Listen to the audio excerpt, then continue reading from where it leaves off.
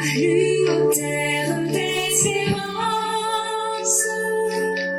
pays de l'hospitalité, tes légions remplies de vaillance ont relevé ta dignité. Tes fils chers aux côtes d'Ivoire,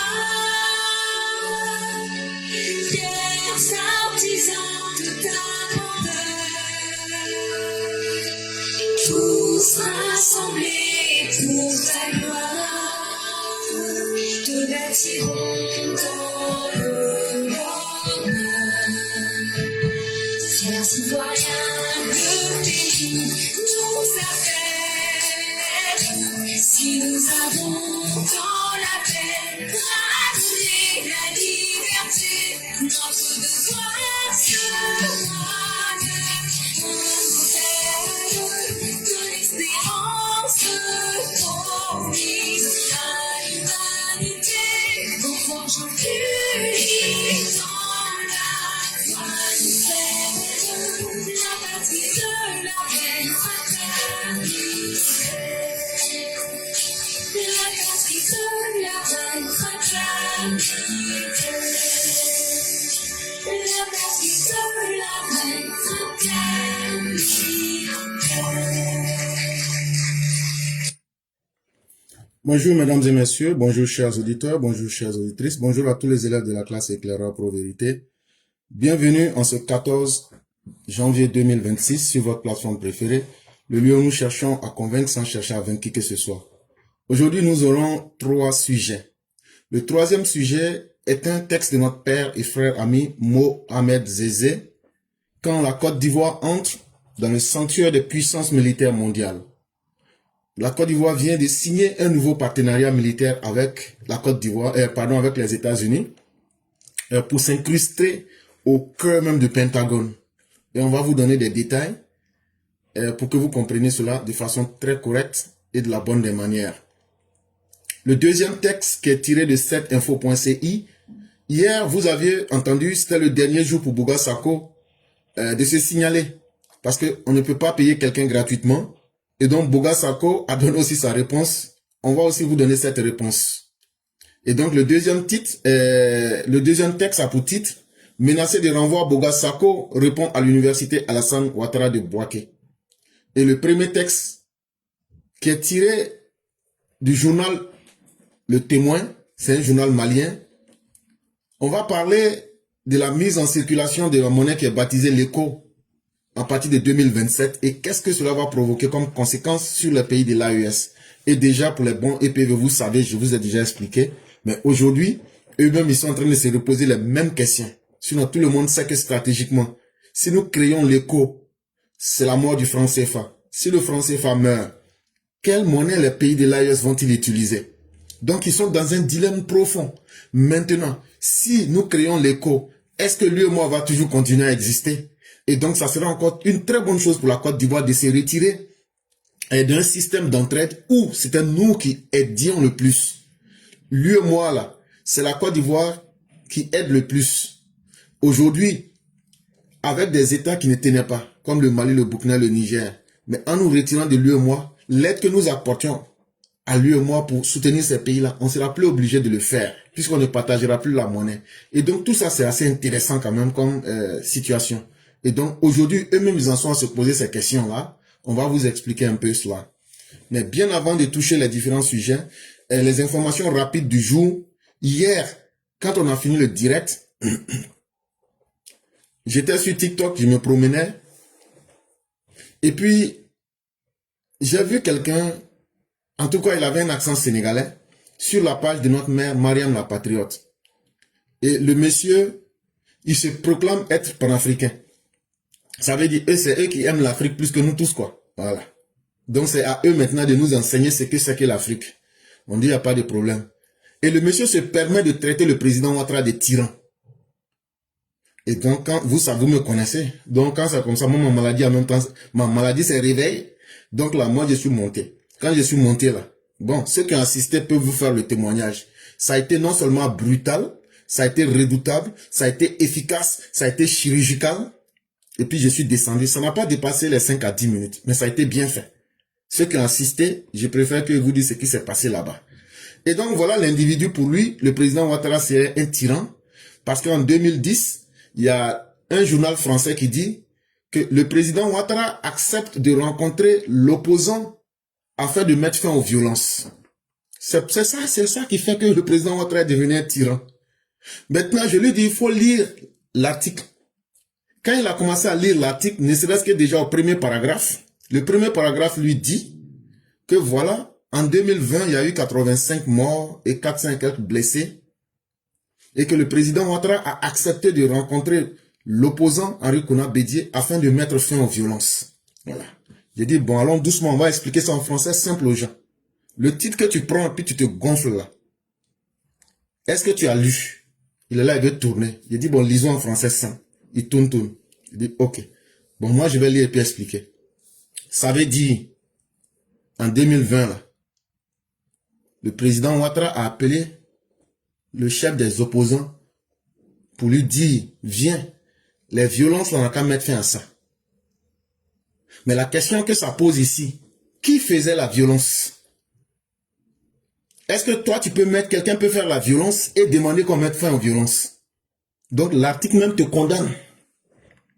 Donc, ne prends pas le titre pour faire croire aux gens que c'est le président Ouattara qui a causé les 85 morts. Je dis, bon, allons doucement. Prenons même ce que tu dis là.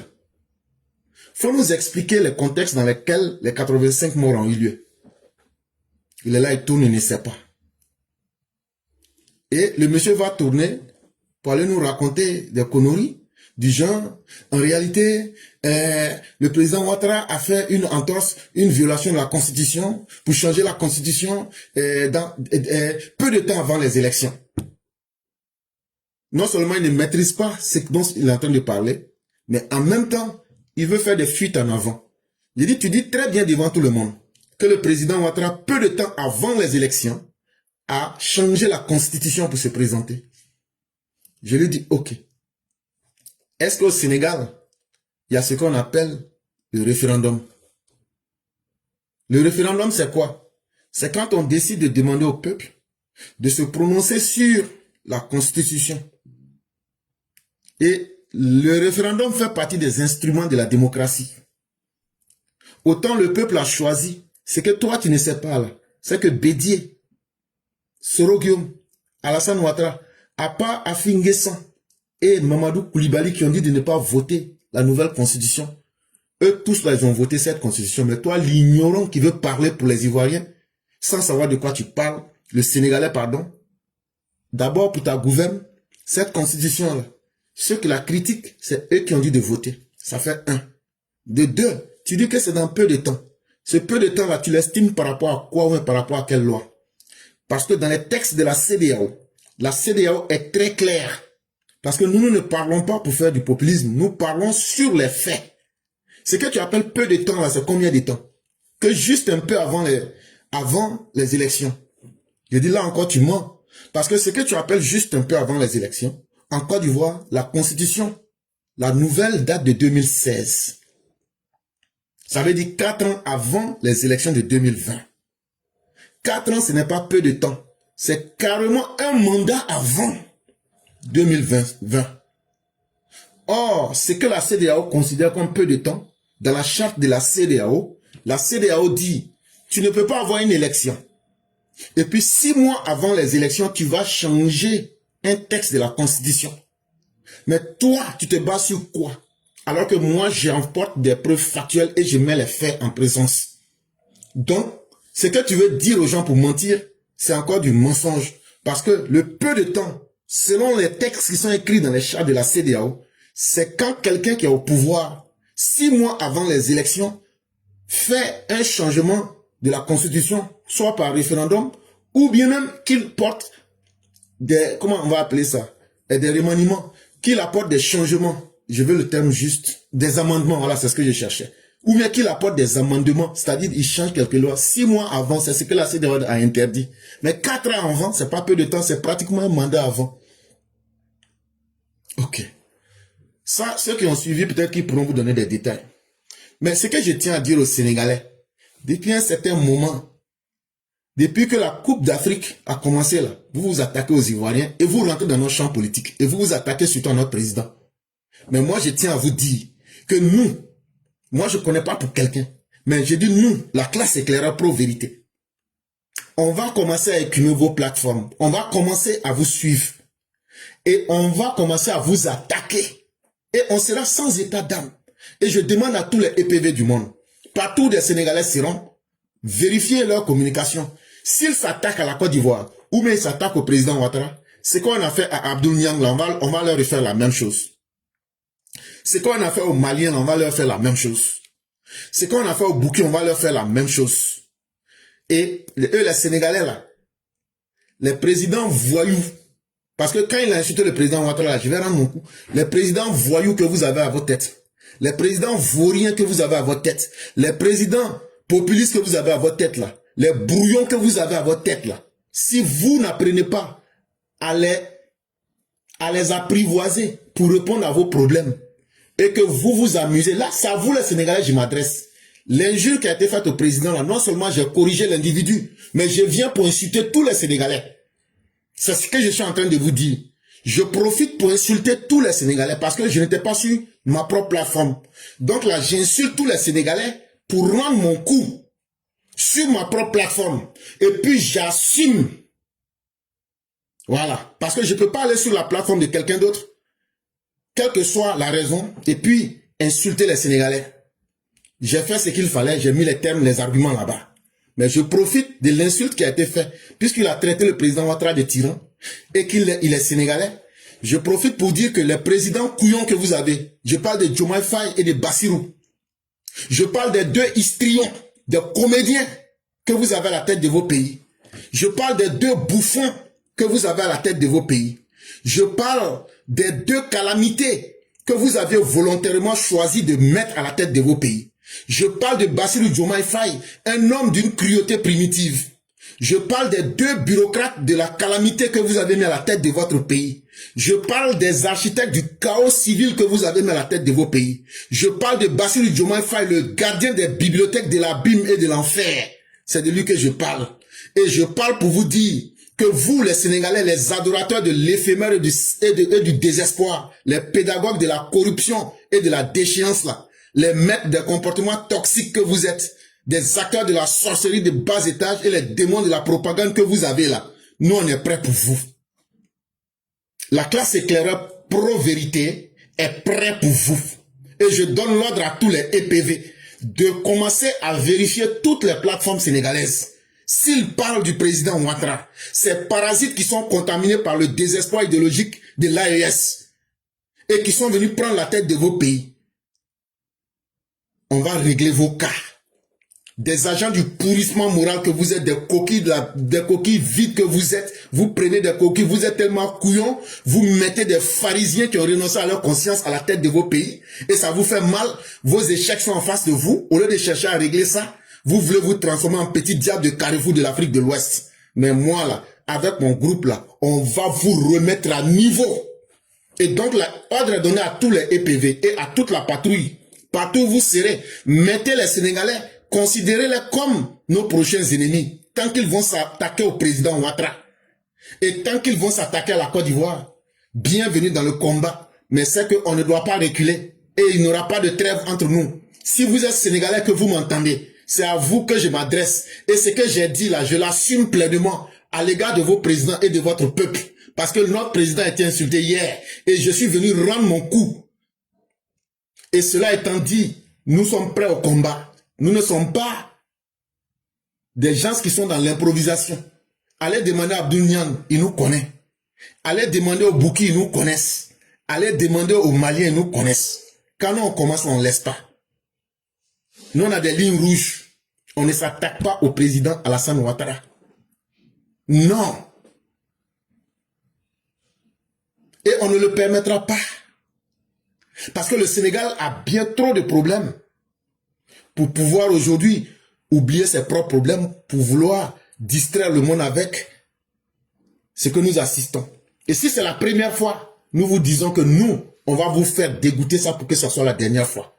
Et donc, que ce soit sur TikTok, que ce soit sur Facebook, nous donnons l'autorisation à tous les EPV d'écumer les plateformes sénégalaises. Et dès que le président Ouattara est attaqué, faites ce que vous savez faire. La deuxième information rapide qu'il faut donner, la femme qui dit qu'elle aime insulter là, que le 6 va devenir 9 là, Odette Lorion. Hier, elle était convoquée au 10e cabinet du juge d'instruction. Hier, mardi là, elle était convoquée au plateau. Elle est allée là-bas avec son avocate, Roselyne Akaseriba. Elle a été auditionnée, elle a été écoutée, mais après elle est repartie chez elle. Mais on ne sait pas vraiment de quoi ils ont parlé. Peut-être que c'est lié à l'affaire où elle avait insulté le procureur, mais je ne sais quoi. Mais comme elle-même, c'est son habitude de mal parler, d'insulter, et sa haine ne peut pas cacher là. Je sais que c'est lié à une histoire comme ça. Donc hier, quand ils sont sortis, elle-même n'a pas parlé. Celle qui la représentait, son conseil, Roselyne Akaseriba, n'a pas parlé aussi. Elle est rentrée chez elle à la maison. Mais de toute façon, on ne peut rien cacher. Ce qui lui a reproché se saura. Et donc, après ça, aujourd'hui aussi, les bus qui avaient été brûlés à Koumassi là. Les enquêtes ont continué. Il y a 13 bus qui avaient été brûlés à Koumassi. Ça s'est fait le 20 octobre 2025, aux environs de 4 heures du matin. L'enquête continuait et l'enquête continue toujours. Donc, selon les gens du PPACI, aujourd'hui, mercredi 14 janvier 2026 là, ils ont un de leurs cadres qui a été reconnu et arrêté. Et son nom c'est Mei Kelessar. Mei M-E-Y. Kelessar c'est K-E-L-A-S-S-A-R. Selon le PPACI, il est secrétaire national technique du PPACI et conseiller municipal à Koumassi. Et c'est Kwasi qui nous rapporte l'information. Et c'est le PPACI. C'est avec eux que Kwasi dit avoir obtenu l'information. Il est reproché à ce dernier Kelessar. Il lui a reproché sa participation ou même son rôle dans les incendies des bus de la Sotra. Et aussi, il est soupçonné d'être un instigateur présumé de troubles à l'ordre public. Donc, on est là, on regarde et on veut bien comprendre de quoi il est question. Après cela, l'AES se porte très bien. Et donc, si vous partez en ce moment à Bouki-Pleu, Bouki, ça veut dire chien, Pleu, ça veut dire village, Bouki-Pleu, vous allez comprendre combien de fois les gens les habitants de Bouki-Pleu se sentent à l'aise. Et ici, c'est Andula de Bobo Dioulasso, mais ceux qui peuvent comprendre, on dit qu'il n'y a pas meilleur argument qu'une preuve qui vient même de la personne elle-même. Aujourd'hui, les habitants de Bouki-Pleu sont en train de crier que eux là, que si ils savaient, n'allaient pas rentrer dans ce que Yib et Kaka les a mis dedans là. Donc voilà un peu ce qu'ils disent ici.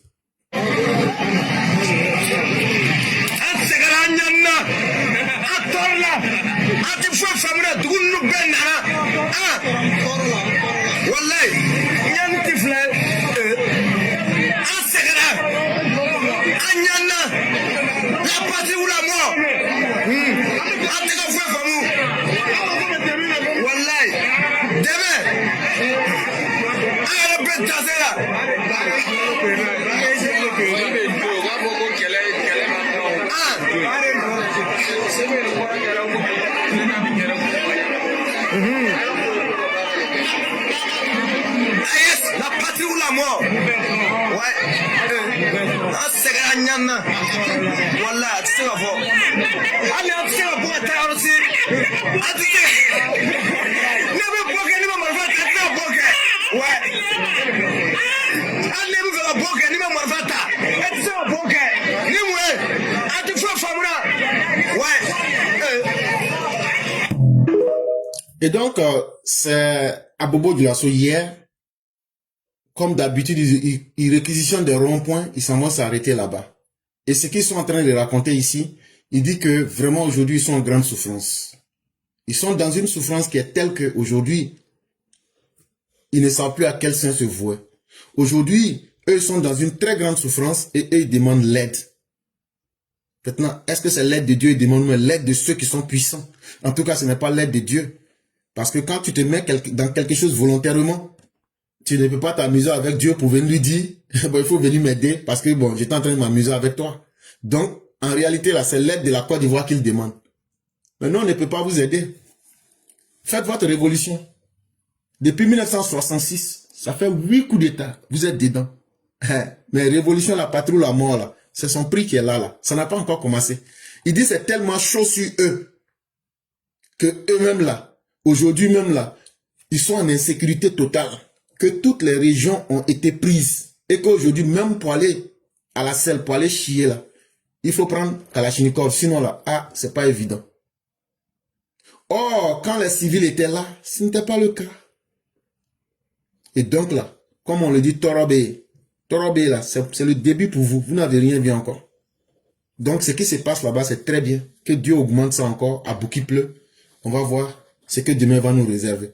Quand vous serez les derniers pays en Afrique, c'est là que vous allez comprendre que vous avez perdu du temps à vos peuples. Sujet numéro 1. La mise en circulation de la monnaie baptisée ECO est finalement programmée pour 2027.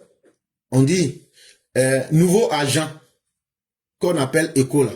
Il y a longtemps, vous avez vu, si le président Ouattara est resté en 2025, les gens de la CEDEAO lui ont demandé pardon. Ils disent, papa, si toi tu quittes là, il n'y a pas quelqu'un, on peut faire confiance hey, pardon, faut pas partir comme ça. Faut attendre au moins ECO là. On va essayer de mettre une monnaie avant que tu vas quitter. C'est là, il dit, je vais me calmer. L'argent ECO là, nouvelle monnaie là, à partir de 2027, on va commencer à utiliser. Mais la Côte d'Ivoire et puis le Ghana, eux, ils étaient fâchés. Et ils avaient dit même que d'ici la fin 2026, là, qu'ils allaient utiliser. Les gens leur ont dit, vous les Ivoiriens avec les Ghanéens, là, pardonnez, calmez-vous. Donnez-nous un peu de temps. Parce qu'il y a un programme qu'on appelle les plans de convergence. Ça veut dire un minimum de développement, que ce soit au plan économique et au plan développement des infrastructures. On avait demandé au pays d'atteindre ça. Donc, jusqu'en 2027, si tout se passe bien, l'école en va lancer. Et selon les termes du projet, son avènement préfigure une rupture, ou presque, avec la France. Exit donc les reproches souvent faits aux représentants de ce pays d'imposer leur point de vue et leurs décisions au sein de l'institution sous-régionale et des différentes instances monétaires. Et donc, quel sera l'un des bénéfices quand on va aller vers l'éco? Un des bénéfices, c'est que les panafricains n'auront plus l'argument de dire si vous voyez que vous souffrez là, c'est parce que c'est le franc CFA. C'est le franc CFA qui a tué ma grand-mère. C'est le franc CFA qui a fait qu'aujourd'hui là, j'ai diarrhée. Moi, c'est le franc CFA qui a fait que ma femme m'a quitté. Donc là, l'un des bénéfices de l'éco là, ça va venir enlever Ouya ou Waiko qui est dans la bouche des panafricains là. Ils pourront plus dire que l'Afrique de l'Ouest n'a plus une monnaie. Maintenant, leur argument sera, est-ce qu'on a empêché quelqu'un de rentrer dans l'éco? Non. Est-ce qu'on n'a pas créé une monnaie qui est gérée par les Africains? Oui. Est-ce que le franc CFA a encore utilisé? Non. Et donc, ça va casser le faux discours des panafricains. Ça, c'est un des avantages de l'éco. Ça fait un. On ne pourra plus venir dire que c'est la France, ou bien on ne pourra plus venir dire que c'est la France qui prend nos richesses, ou bien que c'est parce qu'on n'a pas notre propre monnaie qu'on est dans les problèmes aujourd'hui. Ça, c'est terminé. Le jour que vous allez voir l'éco là, ce verbatim est terminé. Ok. Avec l'éco, en effet, les administrateurs français ne vont plus siéger à la Banque centrale des États de l'Afrique de l'Ouest.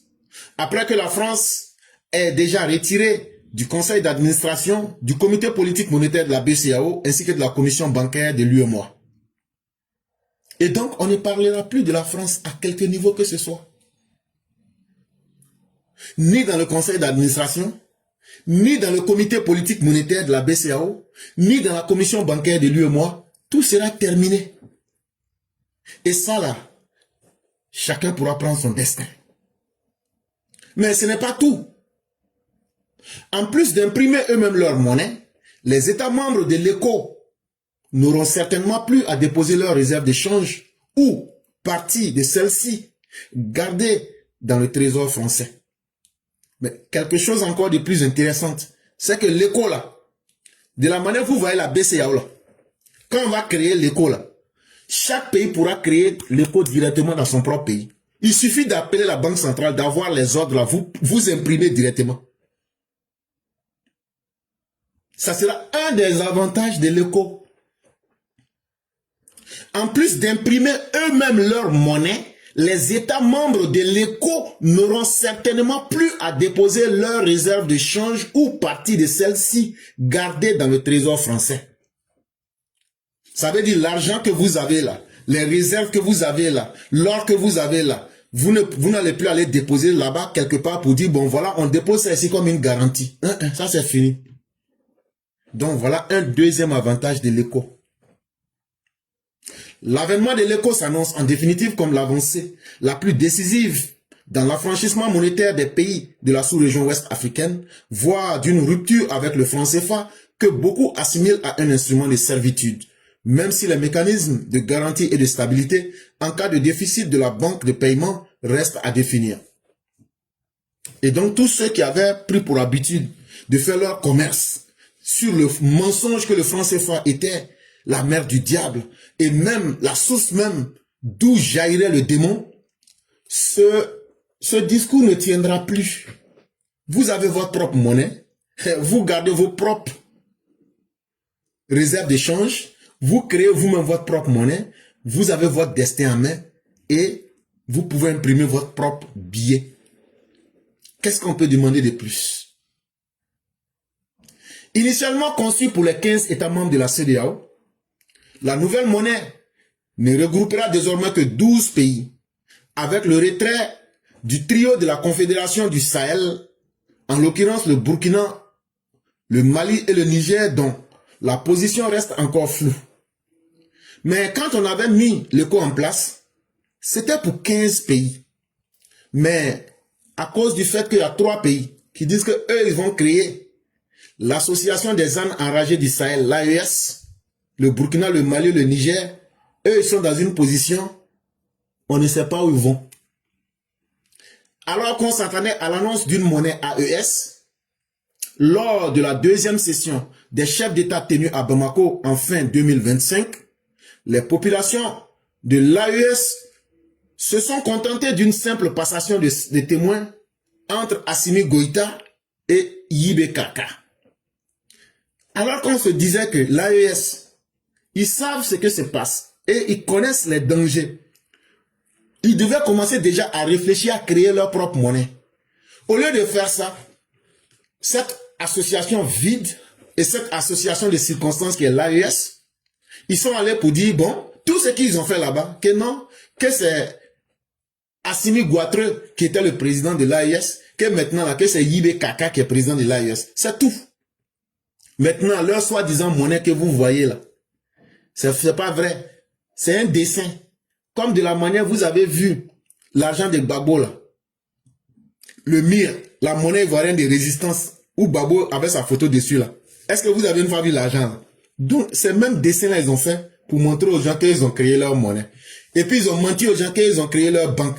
C'est là nous on dit, bon, la banque de l'AES que vous avez créée là, c'est vrai, on a vu une maison. Mais dans la maison là, c'est l'argent russe ou bien c'est franc CFA. Il dit, virement chez franc CFA que nous mettez dedans là-bas. Ils disent, maintenant que c'est franc CFA qui est dans la banque là. On dit, banque de l'AES, c'est franc CFA qui est dedans. Il dit, patron, c'est franc CFA que nous mettez dedans. Il dit, mais et votre argent là? Il dit, patron, c'est pas vérité, c'est pas vérité, c'est pas vrai l'argent, c'est pas vrai l'argent. On dit, c'est vous qui êtes en train de danser et c'est vous qui êtes en train de courir dans le sac. Sinon, nous, on est là, on vous regarde. Donc là, tout ce que vous faites là, c'est ouya ouya. Et dans ça encore, est-ce qu'on se rebat? C'est pas vous qui êtes en train de faire par là pour prendre direction de lui et moi. Une monnaie coloniale, une monnaie d'assujettissement, une monnaie d'esclavage. Vous courez. Et puis le siège de lui et moi se trouve où? À Boukiple. Le siège de la monnaie de l'assujettissement, de l'esclavage se trouve à Boukiple. Au Burkina Faso. Vous les Sénégalais là, je vous ai dit, quand on va commencer à vous pédaler là, nous on vous guette, mais vous êtes en train de venir petit à petit. Allez demander aux Burkinabés, aux Maliens, ce qu'on leur a montré depuis 2022 pour arriver là. Vous provoquez nous. Mais vous, ce qu'on va vous montrer là, vous, on va vous faire ça sans anesthésie.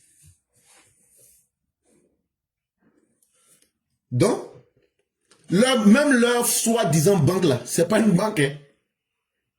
Puisqu'il n'y a rien dedans.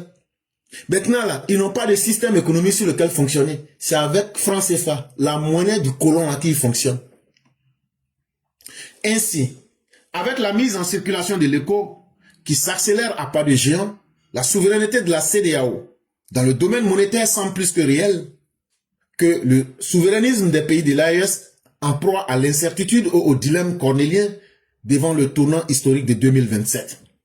Donc, pendant que les gens de l'AES sont en train de se blaguer avec des fausses idées, sont en train de se bercer avec des illusions que eux sont souverains, alors qu'il n'en est rien, c'est eux qu'on voit aller s'asseoir, demander, venez nous aider, venez nous aider.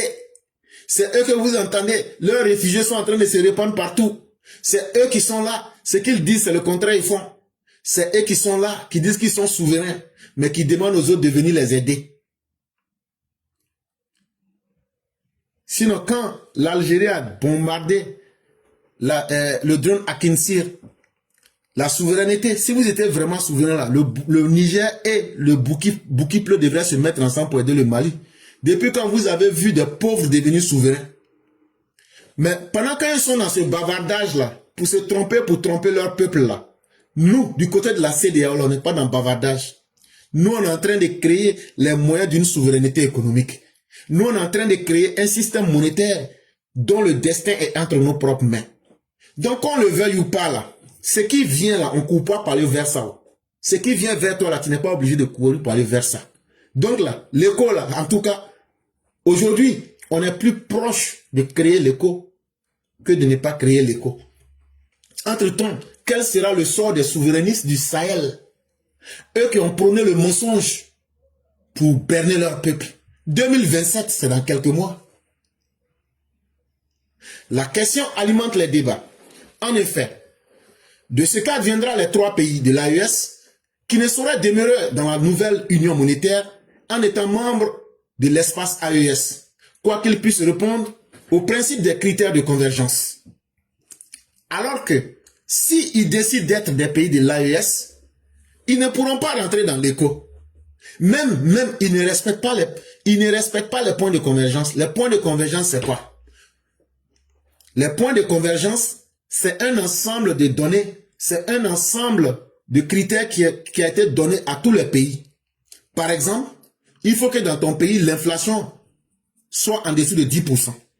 Ça veut dire, l'inflation là, le prix des marchandises augmente plus vite que l'argent, la valeur de l'argent. Ça là, c'est ce mécanisme-là qu'on appelle l'inflation. Ça veut dire, pain que tu as payé hier à 150 là, demain tu viens retrouver le pain à 110 francs. On dit, si tu veux faire partie de l'éco là, dans ton pays là, l'inflation là, ça ne doit pas dépasser 10%.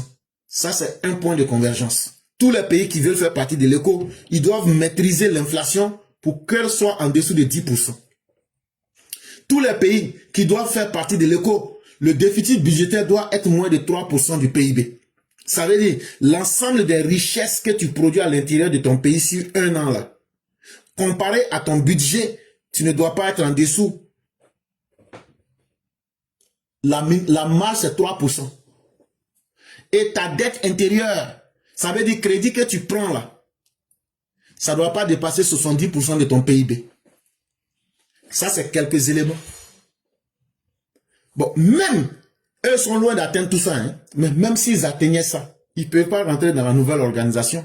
Puisque là, l'éco, c'est par définition une monnaie de la CEDEAO. Voilà la grande différence. Par exemple, l'UEMOA n'est que un instrument de solidarité entre certains pays. La Côte d'Ivoire, le Sénégal, le Niger, le Mali, etc. Par exemple, la BCEAO n'est que la Banque centrale des États de l'Afrique de l'Ouest qui partage le franc CFA. Mais la BCEAO n'est pas une banque centrale de l'Afrique de l'Ouest en tant que CEDEAO ou même une banque centrale de la CEDEAO. Or, avec l'éco, les banques centrales qu'on va mettre en place seront des banques centrales qui représentent la CEDEAO. Maintenant, si le Mali et le Burkina ne sont pas de la CEDEAO, même s'ils respectent les critères de convergence que je vous ai définis, Ils ne peuvent pas rentrer puisqu'ils ne sont pas membres de la CEDEAO. Donc, eux-mêmes, là, ils se sont mis une corde à leur cou. Tout ce qui reste là, c'est 2027 pour que, ils vont se dire eux-mêmes. On appelle ça un suicide programmé. Face au défi de 2027, 3 choix s'offrent aux États membres de l'AES. En tout cas. Et donc, 2027 là, c'est ce que j'ai dit. Le monde ne va pas s'arrêter. Le monde ne fera que passer. Ça passe par seconde, par minute, même par nanoseconde, par minute, et par heure, par jour, par semaine, par mois, et jusqu'à l'année finie. 2027 là, peut-être que ce nom ne sera pas vivant, mais le monde ne va pas finir à cause d'un seul homme. Tant que le monde va continuer à demeurer, 2027 va arriver. Si 2027 arrive et que l'écho est lancé, qu'est-ce qui va arriver au pays de l'AES? Il y a 3 choses qui vont arriver. Et parmi ces 3 choses, ils seront obligés de faire un choix parmi ces 3-là. La première chose, les États membres de l'AES pourraient signer leur retour au sein de l'organisation sous-régionale et bénéficier de ces avantages ne serait que pour la levée des fonds jusqu'ici opérés dans l'espace UEMOA destiné à l'absorption par la CEDEAO. Donc, vous vous souvenez, l'UEMOA, j'ai dit que c'est un instrument de soutien. L'UEMOA, c'est quoi? L'UEMOA, là, l'Union économique et monétaire ouest africaine. Qu'est-ce qu'on fait à l'UEMOA là-bas? Les pays comme le Mali, le Burkina, le Niger, le Sénégal, la Côte d'Ivoire, et etc. Quand nous, par exemple, on vend notre cacao, la Côte d'Ivoire, là, quand on vend notre cacao, maintenant, quand on vend, c'est en dollars, c'est en monnaie étrangère. Donc, quand on finit de vendre, là, maintenant, la monnaie étrangère dans laquelle le cacao a été payé, là, les besoins, c'est quand on veut payer à l'étranger, là, on paye ça. On ne paye pas ça en francs CFA, on paye ça en dollars. Maintenant, quand on finit de payer, là, le restant de l'argent qui reste en dollars, là, c'est ce qu'on appelle la valeur, l'argent, la monnaie étrangère. Si on a vendu, par exemple, notre anacarde aux Chinois, là, on va prendre leur yuan, là, on fait des achats en Chine, le reste de l'argent, là, on prend ça en yuan, l'argent des Chinois, on garde ça sur nous. C'est ça que l'UEMOA, l'argent en devise étrangère, là, c'est ça l'UEMOA prend, on garde. Maintenant, chaque pays, comme chaque pays a des matières premières, là, chaque pays vend ses matières premières, elle paye ce qu'elle veut. Par exemple, si les télévisions qui viennent de ou bien de temps, ce n'est pas en France CFA qu'on s'en va payer. C'est dans l'argent des gens là-bas, dans leur pays, là, c'est ça on paye. Donc, comme chaque fois, on ne peut pas aller pour transformer l'argent là et puis venir faire. Donc, l'UEMOA est là comme une banque. Il y a déjà les devises étrangères qui sont là. Comme quand nous on finit de vendre et puis on fait les achats qu'on veut, mais il y a le restant de les devises étrangères là. C'est ça on garde. Maintenant quand on garde ça, comme il y a des pays qui s'en sortent pas bien comme le Burkina, le Mali, maintenant eux ils viennent, ils disent ah comme on n'a pas beaucoup de matières premières là et puis on a des déficits chez nous là, est-ce que le dollar que vous avez là, vous pouvez nous permettre d'acheter quelque chose, après on va vous rembourser. C'est comme ça que l'UEMOA fonctionne. Donc quand on va rentrer dans l'éco là, ils auront un grand problème, les pays de l'AES, parce que l'avantage qu'ils ont dans l'UEMOA, là, ils n'auront plus ça. Et ça, là, ça sera la porte ouverte à l'enfer pour eux. Ils n'ont pas encore pensé à ça. Et donc là, ils vont perdre cet avantage.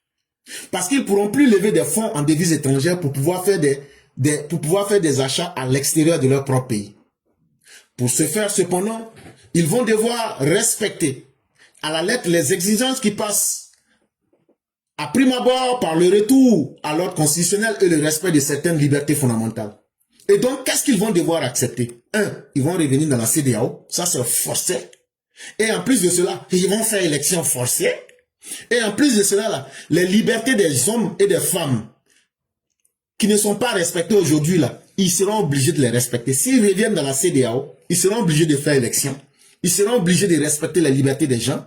Et le simple fait même de revenir dans la CEDEAO, s'ils ne reviennent pas, ils n'auront pas ces avantages. Donc, un deuxième avantage de l'éco, c'est que ça va soumettre les pays de l'AES à une misère financière qui fera qu'ils n'auront d'autre choix, s'ils ne veulent pas perdre les avantages de l'UEMOA, de revenir dans la CEDEAO. Ça, c'était le premier choix.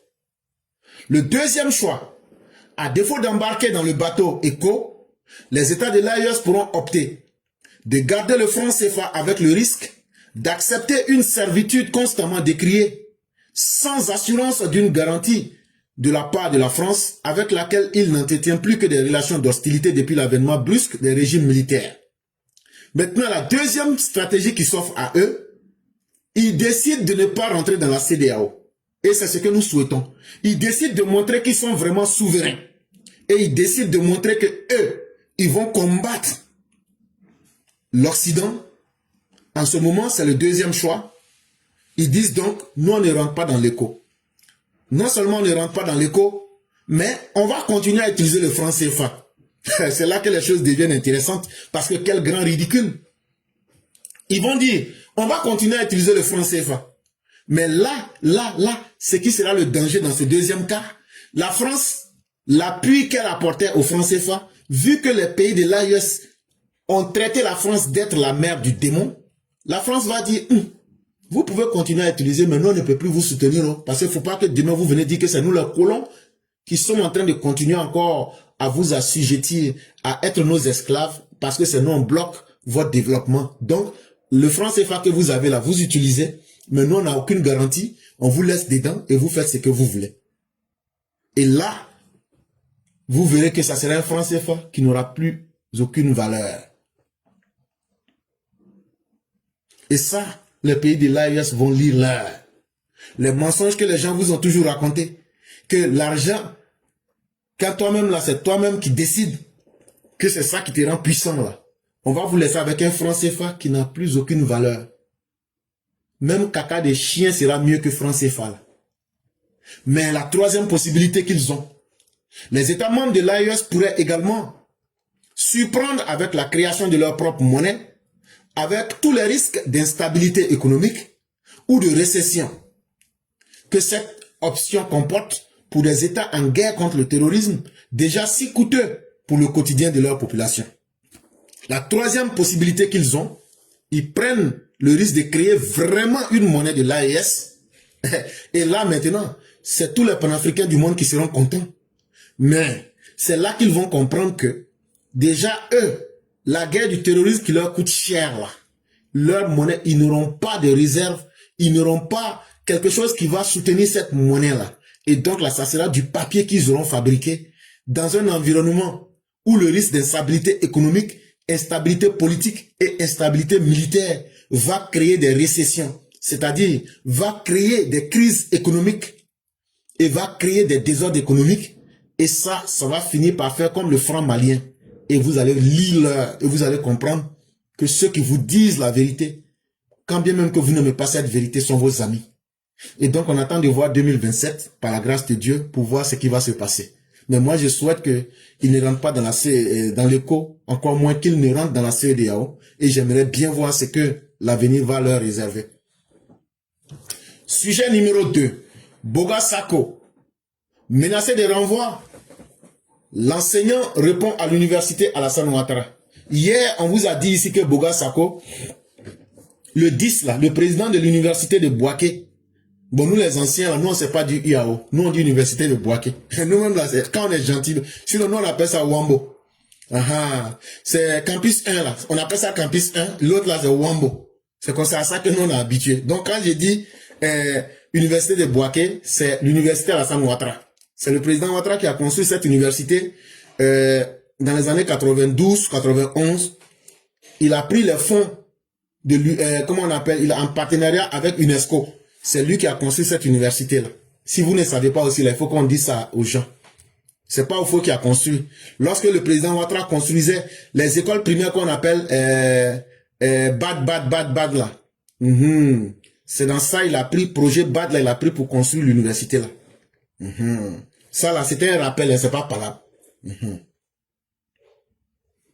Exilé aux États-Unis depuis le 16 juin 2025, Gervais Boga Sako, enseignant au département de lettres modernes de l'université Alassane Ouattara de Bouaké, sort de son silence. Il réagit au courrier de son administration l'enjoignant de reprendre service sous peine de révocation pour abandon de poste. Déjà, il est là. Déjà, tout ce qui se passe, il entend, il écoute. Depuis le 16 juin 2025, il est caché ici aux États-Unis. Il fait rien. Travail de Gbagbo qu'il était en train de faire là, ça s'est renversé sur sa tête. Donc, il a fui. Maintenant, il est venu aux États-Unis. Je pense que la vie aux États-Unis est très intéressante. Welcome to the American Dream. Bienvenue dans le rêve américain. Ah, c'est intéressant, hein, l'Amérique. Oh, chers parents, si vous ne venez pas en Amérique, si vous mourrez sans venir en Amérique, c'est que vous n'avez pas vécu. L'Amérique est intéressante de façon. Quand tu viens en Amérique, là, dès l'aéroport, là, les gens versent l'argent comme ça. Tu marches dessus. Eh bien, faut pas accepter. Ça, ce n'est rien. Ça, c'est pour te blaguer. L'Amérique, là, toutes les rues, là, c'est fait en or. L'Amérique, là, c'est pas l'eau nous en bois, hein, c'est lait. Dans nos robinets, là, c'est lait qui sort dedans. Maintenant, toi-même, tu te demandes si c'est lait sucré tu veux, ou bien si c'est lait de vache tu veux. Il y a tout ça, tu te demandes. Maintenant, là, c'est quoi on mange, là? C'est le caviar. Et puis, c'est le caviar rose que nous, on mange ici. Hey, chers parents, l'Amérique est d'où façon? L'Amérique, là, il n'y a pas de pauvres en Amérique. L'Amérique, là, tout le monde est à l'aise. Et puis, on ne travaille pas, hein. Tout le monde est là. Le gouvernement, là, chaque fin de mois, là, il signe des chèques. Nous tous, on reçoit 3 millions de dollars, 3 millions de dollars. Façon, l'Amérique est d'où? C'est dans ça il est venu. Qui peut dire que l'Amérique n'est pas d'où? Il est venu ici depuis le 16. Bonheur, il est dedans, là. Déjà, il est là. Déjà, son travail, là. Il aime l'argent de son travail, là. Donc, dès que les gens lui ont écrit le 10 janvier 2026, pour lui dire depuis le 16 juin 2025, toi, Boga Sako, là, tu as fui ton poste. Dans une note administrative, le président de l'UAO reproche à l'enseignant de grade assistant son absence durant l'année académique 2024-2025, ainsi qu'en début d'année 2025-2026. Il lui a demandé de reprendre ses services au plus tard le mardi 13 janvier 2026, faute de quoi une procédure de radiation serait engagée. Déjà, il est là, il écoute tout. Donc, il sait dans quoi il est. Maintenant, quand il a reçu la lettre, là, on dit hier. On lui donnait jusqu'à hier. Si on ne le voit pas hier, mardi 13 janvier 2026, c'était un vent. On va le renvoyer. Contacté par cette info, Gervais Boga Sako affirme se trouver aux États-Unis avec un statut de réfugié. D'abord, il dit que lui, il est aux États-Unis, que lui, il est réfugié. Or, souvenez-vous, officiellement, il n'y a plus aucun Ivoirien qui est réfugié dans le monde. Donc, c'est un mensonge. La Côte d'Ivoire n'a aucun partenariat de réfugiés avec qui que ce soit. Donc, c'est un mensonge. Il explique son exil par l'exercice de ses libertés fondamentales, liberté d'opinion, de pensée et d'expression. Voilà un soi-disant enseignant qui ne sait pas faire la différence entre les actions de déstabilisation et la liberté d'opinion. Nous-mêmes, on critique le régime ici. On dit des choses, mais on n'accuse pas. Parce qu'il y a une grande différence entre présenter un fait et accuser. Mais au-delà de la dénonciation, au-delà des accusations, Boga Sako, là, c'est un djihadiste. C'est un danger pour la paix sociale. C'est un fomentateur de troubles en société. Il est impliqué dans les actions de violence. Mais comme il sait qu'il ne peut pas dire ça, il ment que lui, ce que lui pense et puis il dit là, que c'est à cause de ça que les gens sont derrière lui. Or, on n'a jamais vu quelqu'un courir derrière toi. Boga Sako déplore que l'université qu'il considère comme le temple du savoir soit impliquée dans des considérations politiques. Maintenant, une note de ton employeur qui te demande, tu n'es pas là depuis le 16 juin 2025. Hier, on a lu la lettre ici. Est-ce qu'il y avait quelque chose de politique dedans? Lui maintenant, comme c'est des menteurs, il renverse maintenant pour dire que la lettre là, que c'est politique. Pourquoi son employeur, l'université de Bouaké, lui demande, tu n'es pas à ton poste pour enseigner les élèves et étudiants? Il dit que c'est une lettre politique. Bon, hier, la lettre qu'on a lue, là, où affaire de politique. Donc, quand tu emploies quelqu'un, là, tu n'as pas le droit de lui demander s'il n'est pas là. Waouh! Mais en tout cas, Boga Sako nous dit que lui, le simple fait qu'on lui demande pourquoi depuis plus d'1 an tu n'es pas à ton poste, que ça, c'est une lettre politique. Alors que Boga Sako est un individu très violent et très dangereux en société. Je suis un fonctionnaire de l'État de Côte d'Ivoire formé par mon pays, fier de servir mon pays. Mais je ne sers aucun individu, a-t-il affirmé. Boga Sako, là, tu mens. La dernière fois, toi et moi, on a fait un débat, là. Je t'ai bras devant tout le monde, je t'ai montré que tu te caches. Tu es un serviteur de Laurent Gbagbo. Tu es un ethno-nationaliste xénophobe. Et tu es un individu violent en société. Et tu te caches. Tu n'as pas envie d'assumer. Mais je t'ai mis les vidéos en face. Tout le monde a entendu. Et tellement tu as eu honte. Tu as crié, oh mon Dieu. Et tu as fui pour dire que tu t'en vas à l'église. Ça s'est passé devant tout le monde. Donc arrête de mentir. Arrête de mentir. Arrête de dire que tu ne sers pas un individu. Au contraire même, tu ne sers qu'un individu. Tu ne sers que Laurent Gbagbo. Ce n'est pas caché. Les preuves sont là. Les preuves surabondent. Les preuves foisonnent. Donc tu arrêtes ce mensonge. Même si tu n'as pas envie d'arrêter de mentir parce que ça fait partie de ta nature. Il faut avoir honte de mentir en regardant un peu ton âge. Et puis les élèves que tu as enseignés. Tu as été recruté comme assistant le 3 janvier 2005. Mais est-ce que toi-même tu es sûr que tu fais ton boulot correctement? Parce que les mêmes faits se répètent. Tu as été radié entre juin 2011 et novembre 2021. Parce que on te nomme, mais tu n'es jamais là. Et quand on te demande, non, j'étais en exil politique. Et c'est finalement en 2021, sans condition, que tu as été réintégré. Mais tu es venu reprendre les mêmes choses en 2024. Si tu n'as pas envie de faire ton travail, mais tu peux partir. Tu peux partir. Tu n'es pas le seul. Et la Côte d'Ivoire peut former beaucoup de personnes. Et donc là, de toutes les façons, tes derniers cours à l'université remontent à mai 2025 avec les étudiants de licence 3 en lettres modernes sur la matière droit de l'homme. Donc c'est toi-même qui es là, tu es dans ton propre jeu. Et ça là, ton employeur a tous les droits de mettre fin à cette saignée. On ne peut pas te payer à ne rien faire. Maintenant que tu vis aux États-Unis, la patrie qui offre tout gratuitement, qui offre l'or, je crois que tu dois être l'homme le plus heureux. Mais ta supercherie ne passera plus.